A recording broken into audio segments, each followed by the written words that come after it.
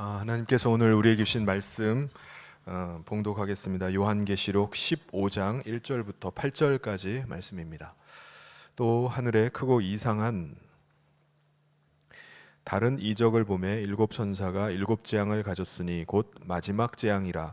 하나님의 진노가 이것으로 마치리로다. 또 내가 보니 불이 섞인 유리바다 같은 것이 있고 짐승과 그의 우상과 그의 이름의 수를 이기고 벗어난 자들이 유리 바닷가에 서서 하나님의 검은 고를 가지고 하나님의 종 모세의 노래 어린 양의 노래를 불러 이르되 주 하나님 곧 전능하신 이시여 하시는 일이 크고 놀라우시도다. 만국의 왕이시여 주의 길이 의롭고 참되시도다. 주여 누가 주의 이름을 두려워하지 아니하며 영화롭게 하지 아니하오리이까. 오직 주만 거룩하시니이다. 주의 의로우신 일이 나타났음에 만국이 와서 주께 경배하리이다 하더라. 또 이 일 후에 내가 보니 하늘에 증거 장막의 성전이 열리며 일곱 지향을 가진 일곱 천사가 성전으로부터 나와 맑고 빛난 세마포 옷을 입고 가슴에 금띠를 띠고 네 생물 중에 하나가 영원토록 살아계신 하나님의 진노를 가득히 담은 금대접 일곱을 그 일곱 천사들에게 주니 하나님의 영광과 능력으로 말미암아 성전에 연기가 가득 차매 일곱 천사의 일곱 재앙이 마치기까지는 성전에 능히 들어갈 자가 없더라. 아멘. 여러분, 하나님께서는 이 세상을 창조하셨지만은 또한 이 세상을 멸망시키십니다. 이 세상을 멸망시키신 후에 하나님께서는 새 하늘과 새 땅으로 새롭게 창조하십니다. 하나님께서는 이 세상과 함께 멸망받을 수밖에 없는 우리 인간을 긍휼히 여기셔서 하나님께 돌아와서 거듭난 사람, 하나님의 영으로 새롭게 피조된 사람들과 함께 새 하늘과 새 땅 가운데 들어가기를 원하십니다. 오늘 저와 여러분은 예수 그리스도의 대속의 은혜를 믿음으로 우리의 옛사람은 그리스도와 함께 죽고 우리 안에 하나님께서 보내주신 성령께서 임하심으로 우리 마음에 예수님을 모시고 예수님의 생명으로 살아가는 사람들이 되었습니다. 저와 여러분은 이미 육체로 이 땅 가운데 살고 있지만 하나님께 속해서 하나님 나라 거룩한 백성이 되었습니다. 그래서 우리가 이 땅에 육체로 산다 할지라도 우리는 이 땅에 속한 자로 사는 게 아니라 우리는 하나님 나라에 속한 자가 되어서 사는 것입니다. 예수님께서 이 세상에 다시 강림하실 것을 약속하셨습니다. 예수님이 이 세상에 다시 오실 때 먼저 잠든 사람들, 예수 그리스도의 대속의 은혜를 믿고 구원받아 살다가 먼저 죽은 자들, 그 사람들이 낙원 가운데 있는 자들이 먼저 일어나서 공중에서 예수님을 맞이하게 됩니다. 그리고 예수님이 재림하실 때 이 땅에 살아있는 자들, 살아서 믿음 가운데 살아가는 자들은 하늘로 들림을 받아서 공중에서 주님을 맞이하게 될 것입니다. 그때가 언제죠? 여섯 번째 천사가 경고의 나팔을 불고 난 이후의 일입니다. 지금은 다섯 번째 경고의 나팔이 울린 가운데 있어요. 이제 곧 여섯 번째 경고의 나팔이 울리게 됩니다. 여섯 번째 경고의 나팔이 울린 이후에 우리는 이 땅에 남아 있어서는 안 돼요. 왜냐하면은 일곱 번째 경고의 나팔이 울리는 것은요, 이제 마지막 심판을 임한다는 사인으로 주는 나팔이기 때문에 그렇습니다. 우리는 그 전에 모두가 다 들림받아서 예수님을 영접을 해야 됩니다. 물론 모든 믿는 사람들이 다 동시에 여섯 번째 나팔이 울리고 나서 다 하늘로 들림받아 올라가는 것은 아닙니다. 왜 그렇죠? 아직 구원의 기회가 이 땅에 남아있기 때문입니다. 하나님께서는요, 이 땅에 믿는 자들을 남겨두시고 그 남겨진 자들이 아직 구원받지 못한 자들에게 하나님 나라 복음 전하는 사명을 맡겨주시는 것입니다. 그래서 그들이 전하는 그 복음을 듣고 하나님께 돌아와서 예수 그리스도를 모시고 거듭난 자들, 그 사람들을 한 사람이라도 더 구원하시고자 하시는 겁니다. 그래서 모든 사람들을 다 하늘로 들러 올리신 것이 아니라 남는 자들에게 그 사명을 맡겨주신 것입니다.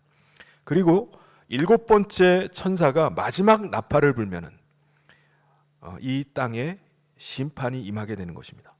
그때 이 세상은 멸망 가운데로 들어가게 되는 겁니다. 그 일이 일어나기 직전 7번째 나팔이 울리고 마지막 대접의 재앙이 이 땅에 쏟아지기 직전에 하나님께서는요, 남겨진 성도들과 그리고 그들로 인해서 구원받은 자들을 하늘로 이제 들려 올라가게 하십니다. 사도 요한은 그것을 이렇게 말씀하세요. 우리 오늘 읽었던 1절 말씀을 다시 한번 같이 한번 읽어보겠습니다. 시작. 또 하늘에 크고 이상한 다른 이적을 보매 7 천사가 7 재앙을 가졌으니 곧 마지막 재앙이라. 하나님의 진노가 이것으로 마치리로다. 네. 7번째 나팔을 7번째 천사가 나팔을 붐과 동시에 7 대접을 가진 천사들이 하나님의 진노가 가득히 담긴 그 대접을 이 땅에다 막 쏟아붓기 시작하는 거예요. 하나님의 진노의 재앙이 이 땅에 쏟아지면 어떻게 될까요? 이 땅에 살고 있는 사람들은 극심한 혼란 가운데 빠집니다. 공포와 두려움 가운데 빠져요. 수많은 사람들이 절규하면서 고통을 당하게 됩니다. 그렇다면요, 공중에서 예수님을 영접한 성도들이 있잖아요. 먼저 낙원 가운데서 먼저 잠들어 있던 성도들이 일어나서 예수님을 영접하고요, 또 살아있다가 예수님의 재림의 때에 공중으로 들림 받아서 올라가는 성도들, 그들은 어떻게 하고 있죠? 세상은 하나님의 심판으로 인해서 완전히 멸망 가운데 들어가는데, 그 가운데 성도들은요, 오늘 말씀해 보면은 불이 섞인 유리 바닷가에 서 있다라고 이렇게 말씀을 합니다. 여러분, 성경에서 바다는요, 세상을 상징할 때 바다라고 표현을 할 때가 많이 있습니다. 다니엘서에도 보면요, 적그리스도가 일어나서 제국들을 세우는데 그 세상을 짐승이 나타나는 그 세상을 바다라고 표현을 해요. 바다에서 짐승이 올라온다는 거예요. 다니엘 7장 2절 3절에 보면 다니엘이 진술하여 이르되 내가 밤에 환상을 보았는데 하늘에 네 바람이 큰 바다로 몰려 불더니 큰 짐승 넷이 바다에서 나왔는데 그 모양이 각각 다르더라. 바다에서 올라온 짐승, 그 적그리스도의 나라를 제국을 세울 짐승이 어디서 나왔다고요? 바다에서 나왔다는 거예요. 세상에서 나왔다는 겁니다. 그 바다에 불이 섞여 있다고 말씀해요. 이건 무슨 의미죠? 여러분, 세상 가운데 마지막 7 대접의 재앙이 지금 쏟아부어지고 있는 겁니다. 그래서 온 세상이 불타고 녹아버리고 사라지고 있는 거예요. 그런데 그 불 섞인 바다가 어떻다고요? 유리바다 같다는 거예요. 유리바다. 여러분, 화목난로를 보면요, 그 난로 안을 들여다볼 수 있도록 난로에 자그마한 그 내열 유리로 된 창을 만들어 놓습니다. 그렇죠? 이 내열 유리는요, 그 난로가 아주 뜨겁게 막 뻘겋게 달아올라도 녹거나 깨지질 않아요. 몇백 도의 온도에도 견딜 수 있도록 강화되어서 만든 유리가 내열 유리입니다. 그래서 그 자그마한 유리창 안으로 난로 안에서 막 타오르는 불꽃을 이제 불멍을 할 수 있는 겁니다. 여러분, 이 세상이 7 대접이 쏟아지는 그 진노의 재앙으로 막 들끓는다 할지라도 성도들이 보기에는 그 바다가 유리바다 같이 잔잔한 겁니다. 유리바다 안에는 지금 막 두려움과 절규가 막 뒤섞인 막 그런 상황이 벌어지고 있다 할지라도 그것을 지켜보는 성도들은 평안함 가운데 그걸 지켜보고 있는 거예요. 과거에도 이런 일이 있었습니다. 하나님의 부르심에 믿음으로 반응해서 가나안 땅에 들어갔던 사람이 있어요. 그 사람이 누구죠? 아브라함입니다. 하나님께서는요, 그 아브라함의 믿음을 보시고 그에게 약속을 주세요. 자식이 전혀 없는데 내 자손이 하늘의 별과 바다의 모래같이 번성하게 될 것이다. 그리고 너의 자손들이 큰 민족을 이루어서 그 땅에서 하나님을 섬기고 하나님의 나라를 이루게 될 것이다라는 약속을 받아요. 그런데 아브라함의 손자 때에 가서 야곱 때에 그 가나안 땅에 아주 극심한 가뭄이 듭니다. 그래서 야곱이 자기의 가족들 70명을 데리고 이집트로 피신을 가요. 그때 당시에 이집트의 총리로 있었던 사람이 바로 야곱의 아들 요셉이었습니다. 그래서 요셉은 자기 아버지와 가족들을 위해서 이집트의 북동쪽에 있는 그 고센이라는 그 지역에다가 정착을 할 수 있도록 가족들을 배려해서 그 땅을 분배를 해줍니다. 그래서 거기서 정착을 하는 거예요. 그런데 시간이 흐르면서 왕이 바뀌게 되니까 왕이 바뀌고 430년이라는 시간 동안에 아브라함의 후손들은 이집트 바로 왕의 노예들로 전락을 하고 맙니다. 이스라엘 자손들은요, 자신들은 분명히 하나님의 언약 백성이라는 사실은 언약 백성의 이 지식이 머릿속에 남아 있기는 해요. 그런데 현실은 이집트 바로 왕의 노예였습니다. 그래서 세월이 지나가는 동안에 이집트 바로 왕의 노예로서 삶에 완전히 길들여져 버렸어요. 이스라엘 백성들은요, 바로 왕의 그 강제 노역에 동원돼 가지고 날마다 고통 가운데 삶에도 불구하고 자신들이 바로 왕의 통치에서 벗어나야 되겠다, 아니면은 우리는 가나안 땅으로 돌아가야 되겠다라고 한다는 건 상상조차도 하질 못했습니다. 꿈에도 못 꾸는 거예요. 꿈에도 그걸 생각하지 못하는 겁니다. 하나님께서는요, 이집트에서 고통을 받는 이스라엘 백성들의 신음소리를 들으셨어요. 그리고 미디안 광야에서 장인 어른의 그 양떼를 치면서 살아가고 있던 나이 80세의 모세를 부르십니다. 그리고 그에게 바로 왕의 손에 있는 붙들려 있는 이스라엘 백성들을 구출할 사명을 그에게 맡겨주십니다. 모세는요, 그 사명 가지고 바로 왕 앞으로 나가요. 그래서 내가 이스라엘 백성들을 이끌고 출애굽을 하겠다라고 선언을 합니다. 근데 어떻게 됐죠? 바로 왕은요, 200만이나 되는 자신의 노예 이스라엘 백성들을 놓아줄 마음이 눈꼽만큼도 없어요. 전혀 놓아주고 싶은 마음이 없습니다. 하나님은요, 모세를 통해서 이집트 땅에 9가지나 되는 재앙을 내리셨습니다. 9가지나 되는 아주 놀라운 재앙이 내렸음에도 불구하고 바로왕의 마음은 흔들리지 않았어요. 이스라엘 백성들을 결코 내주질 않습니다. 여러분, 이 세상에 권세 잡은 자가 누구죠? 사탄입니다. 사탄도요, 이집트의 바로왕과 같이 자기가 사로잡고 있는 죄에 노예된 인간들을 풀어주려고 하질 않아요. 우리는 세상에 속해 있다가 하나님께 나와서 세상에 여전히 속해 있는 자들을 어떻게든 전도해서 구원해 보려고 합니다. 우리가 전도할 때 어떤 이들은 마치 기다렸다는 듯이 복음을 받아들이고 하나님께 돌아온 사람들도 있어요. 근데 많은 경우에 나 이제 신앙생활 해봐야지 라고 결심을 한 사람조차도 사탄을 온갖 방해를 해서라도 놔주질 않습니다. 그 사람과 만나서 약속일을 잡고 나오기로 했는데 갑자기 예기치 않은 일들이 일어나고 갑자기 심경의 변화가 오고 해서 복음을 들을 기회조차도 막아버리는 거예요. 그렇다면 이스라엘 백성들이 결국 이집트 바로 왕의 손아귀에서 어떻게 빠져나왔죠? 이집트 땅에 있는 모든 장자들이 죽는 죽음의 재앙이 이집트 전역에 일어나자 그때서야 바로 왕이 포기를 해요. 더 이상 안 되겠다, 나가라. 근데 놀랍게도요, 모든 장자들이, 이집트에 있는 모든 장자들이 죽는 가운데 이스라엘 백성들의 장자들만큼은 죽음을 면하게 됩니다. 어떻게 그런 일이 일어나죠? 이스라엘 백성들은 자기 장자가 죽는 대신에 어린 양을 잡아 죽였기 때문입니다. 잡은 어린 양의 피를 자기 집 문틀에다가 이렇게 발라놓고 그 문을 통과할 때 그 죽음의 천사들이 넘어가 버렸어요. 그리고 이집트 바로 왕의 손에서 그들이 벗어날 수 있었습니다. 근데 여러분, 그렇다고 해서 바로 왕이 이스라엘 백성들을 포기했나요? 포기하지 않았습니다. 바로 왕은요, 이스라엘 백성들을 풀어줬어요. 200만에 되는 자기 노예들을 다 풀어줬는데 마음이 바뀐 거예요.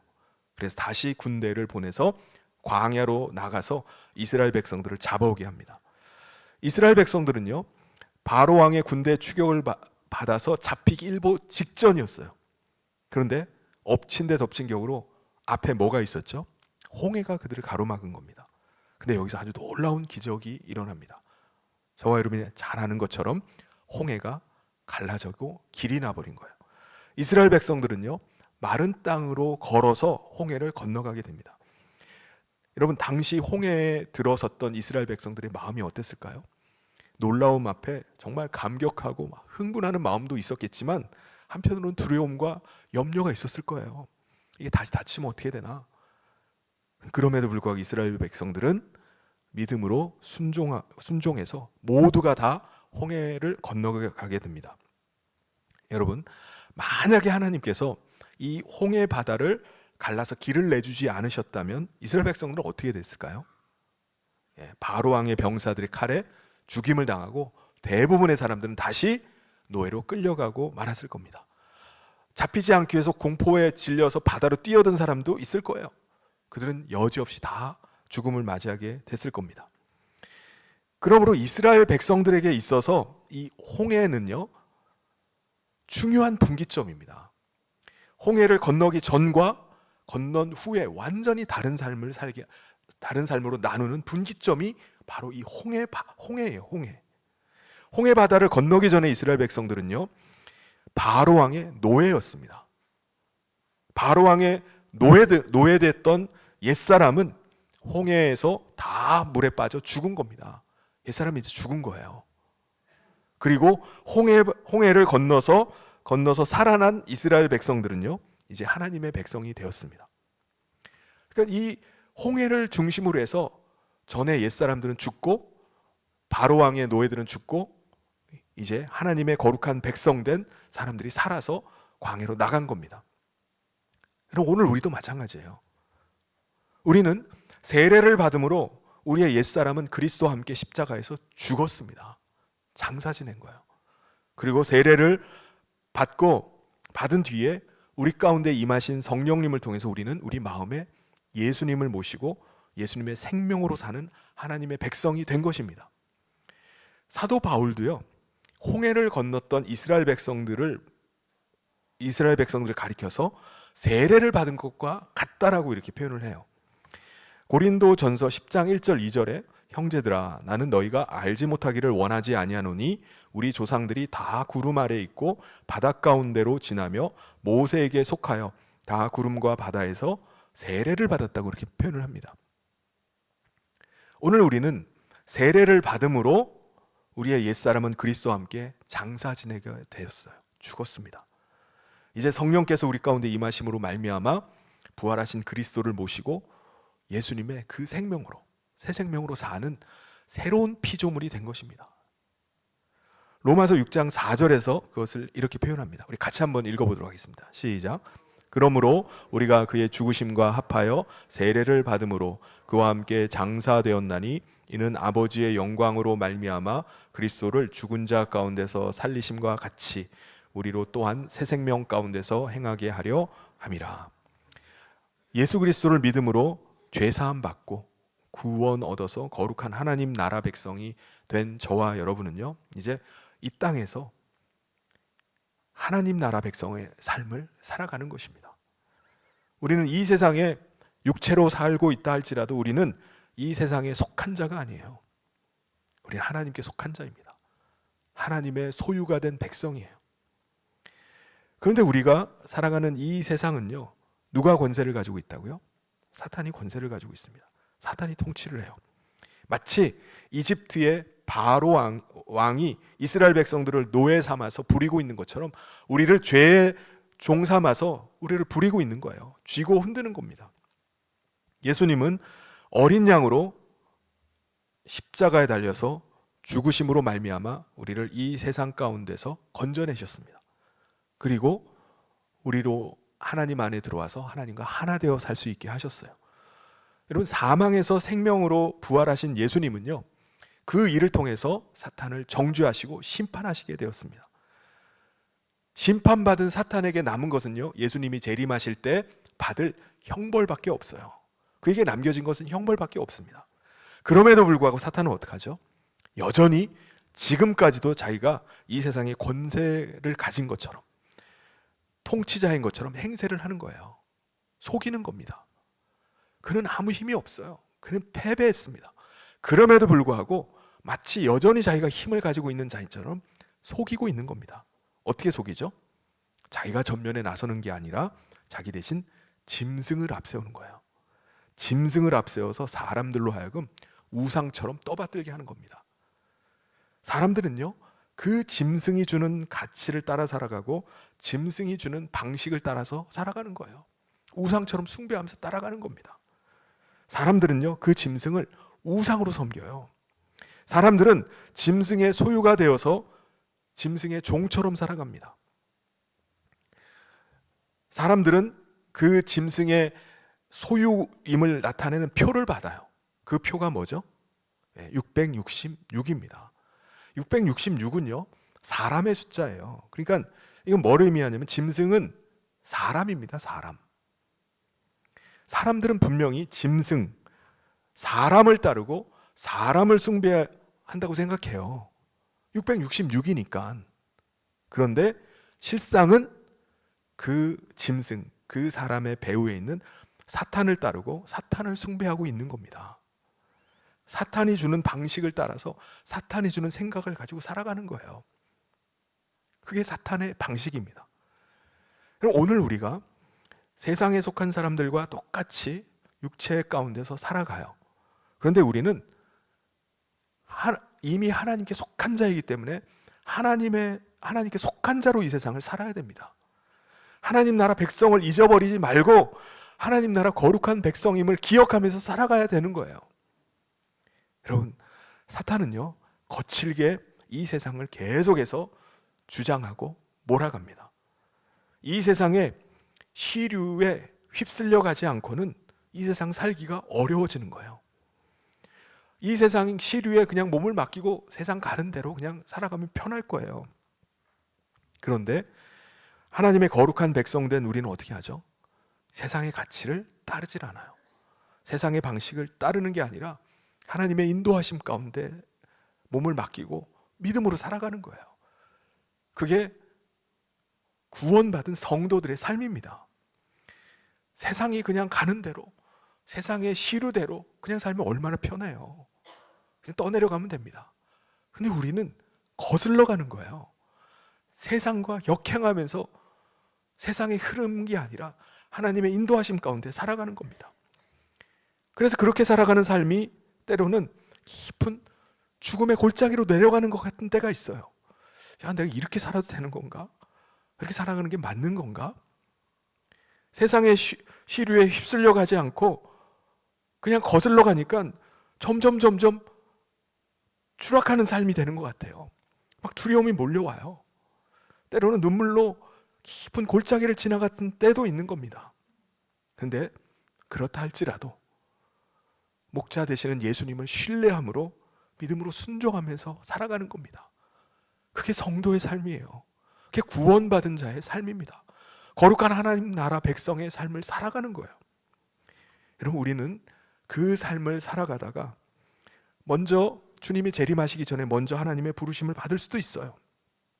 우리 앞에 먼저 떠난 많은 믿음의 선진들이 있잖아요. 그들의 삶을 보면은 보잘것없어 보여요. 야, 이렇게 살려고 하다가 이런 삶을 살다가 결국 하나님 부르심 받고 살아가나? 형편없어 보일 수 있습니다. 무가치해 보일 수도 있어요. 그런데 그분들은 어떻게 하죠? 하나님 나라에서 안식을 얻으면서 낙원 가운데서 주님의 재림을 기다리고 있는 겁니다. 또한 이 땅에서 오늘 우리도 마찬가지예요.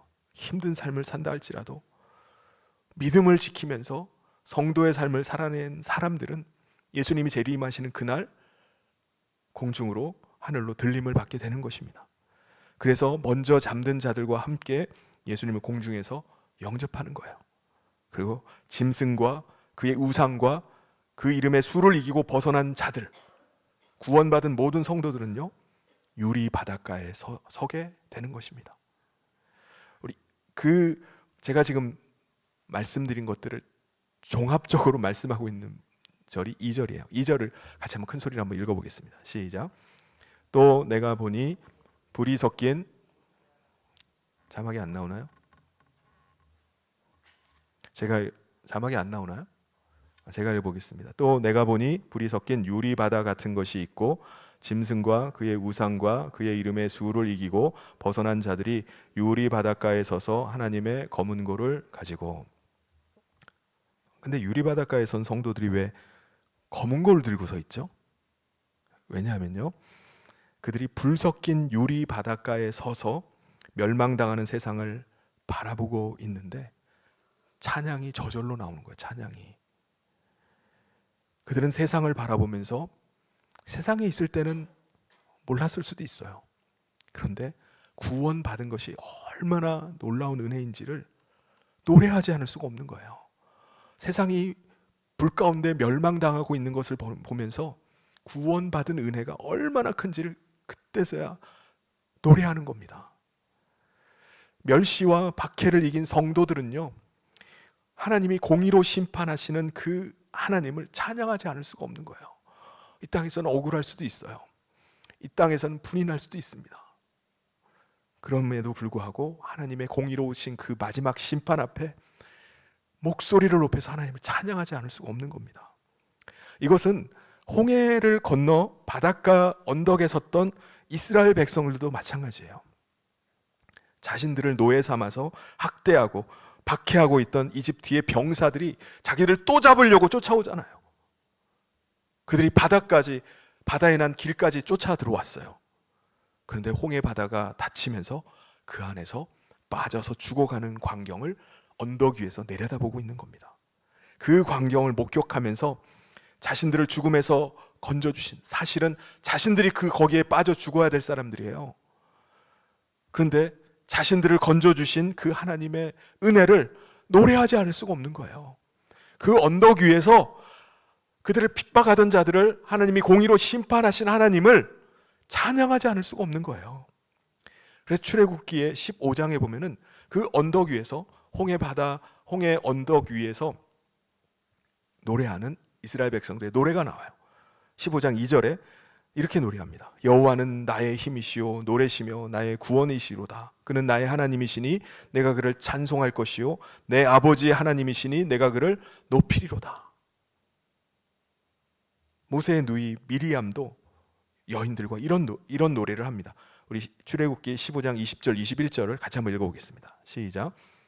아론의 누이 선지자 미리암이 손에 소고를 잡음에 모든 여인도 그를 따라 나오며 소고를 잡고 춤추니 미리암이 그들에게 화답하여 이르되 너희는 여호와를 찬송하라. 그는 높고 영화로우시며 말과 그 탄자를 바다에 던지셨음이로다 하더라.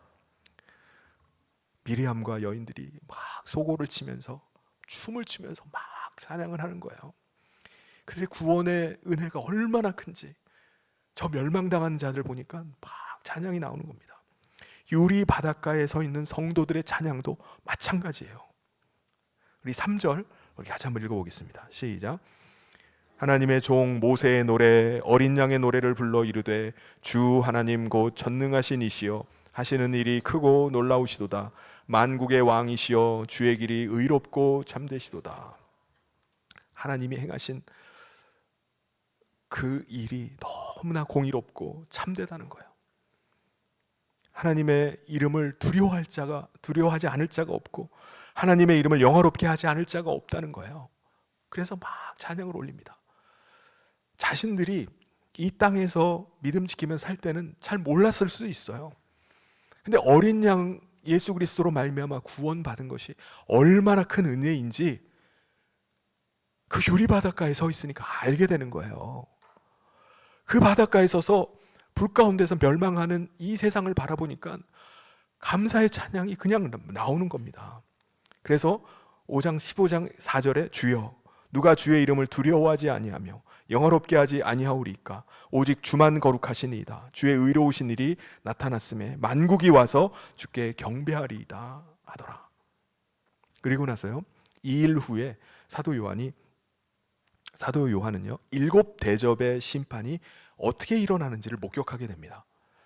여러분 하늘에는요 성전이 있습니다. 그것을 증거 장막이라고 불러요. 사도 요한은 그 하늘에 있는 성전 증거 장막이 열리는 것을 보게 됩니다. 그래서 5절에 또 2일 후에 내가 보니 하늘의 증거 장막의 성전이 열렸다고 말씀합니다. 근데 여러분, 하늘에 있는 성전을 왜 증거 장막이라고 부를까요? 하나님은요, 이 성전에 거하시면서 성전에서 말씀하시기 때문입니다. 그래서 이 땅에 지어진 성전도 하늘에 있는 성전을 모형으로 해서 지은 거예요. 그러다 보니까 이 땅에 있는 성전에 뭐가 있느냐? 가장 성막 안에 성소와 지성소가 있는데, 지성소 안에요, 하나님의 법궤를 둡니다. 그래서 하나님의 법궤를 뭐라고 부르냐면 증거궤라고 해요. 언약궤, 증거궤라고 합니다. 그 안에는요, 하나님께서 주신 말씀이 담긴 십계명 2돌판이 그 법궤 안에 들어있어요. 이 돌판은요, 하나님과 인간 사이에 약속이 살아있다는 증거입니다. 그래서 이 법궤가 들어있는 이 장막을 증거 장막이라고 부르는 거예요. 그게 바로 성전입니다. 그 증거궤, 언약궤를 덮고 있는 덮개가 있는데, 그 덮개를 속죄소라고 부릅니다. 속죄소가 어떻게 생겼냐면은 금으로 만든 두 그룹 천사가 날개로 이렇게 덮고 있어요. 천사가 둘이 얼굴을 마주하고 속죄소를 이렇게 바라보면서 덮고 있습니다. 하나님은요, 그 두 그룹 천사 사이에 거하시고 그곳에서 내가 말하겠다라고 말씀을 하십니다. 출애굽기 25장 22절에 거기가라는 게 그 속죄소예요. 내가 너와 만나고 속죄소 위, 곧 증거궤 위에 있는 두 그룹 천사 사이에서 내가 이스라엘 자손을 위해서 내가 명령할 모든 일을 내게 이룰 것이다 라고 말씀하십니다. 그러니까 그룹 사이가 하나님의 임재가 있는 하나님의 지상 보좌인 셈인 겁니다. 하늘에 있는 성전을 모형 삼아서 이 땅에 그렇게 만들어 놓은 거예요. 하늘 성전에도 보면은 하나님의 보좌 주위에 천사들이, 세마포 옷을 입은 천사들이 호위하고 있어요. 그들은 하나님의 명령을 받은 하나님의 천사들임을 나타내는 금띠를 가슴에다가 이렇게 착용을 하고 있습니다. 6절에 나와요. 7 지향을 가진 7 천사가 성전으로부터 나와 맑고 빛난 세마포 옷을 입고 가슴에 금띠를 띠고, 이제 7 대접의 그 재앙 심판이 임하는 것을, 대접을 받을 천사들이 하늘 성전에서 나오는 겁니다. 그 천사들 중에는요, 높은 지위에 있는 천사 넷이 있습니다. 그 천사 중에 하나가 하나님의 진노를 가득 담은 금 대접 7을 그 7 천사들에게, 금띠를 띠고 세마포 옷을 입고 나오는 천사들에게 하나씩 나누어 줍니다. 우리 7절 말씀에 나오는데요, 같이 한번 읽어보겠습니다. 시작. 내 생물 중에 하나가 영원토록 살아계신 하나님의 진노를 가득히 담은 금대접 7을 그 7 천사들에게 주니. 7 금대접을 받은 7 천사들은요, 그 대접을 받아서 대접 하나씩 순서대로 이 땅에 하나님의 진노의 대접을 쏟아붓는 거예요. 이게 바로 하나님의 공의로운 공의의 심판이 시작되는 겁니다. 그러면은 이 심판은 끝을 보는 거예요. 완전히 끝을 내는 겁니다. 그래서 이제는 더 이상 성전에 들어갈 수가 없어요. 마지막 절 우리 같이 한번 읽어보도록 하겠습니다. 시작. 하나님의 영광과 능력으로 말미암아 성전에 연기가 가득 차매 7 천사의 7 재앙이 마치기까지는 성전에 능히 들어갈 자가 없더라. 사랑하는 성도 여러분, 말씀을 마치도록 하겠습니다. 저와 여러분은 모두 장차 유리 바닷가에 한 사람도 빠지지 않고 다 설 수 있기를 바랍니다.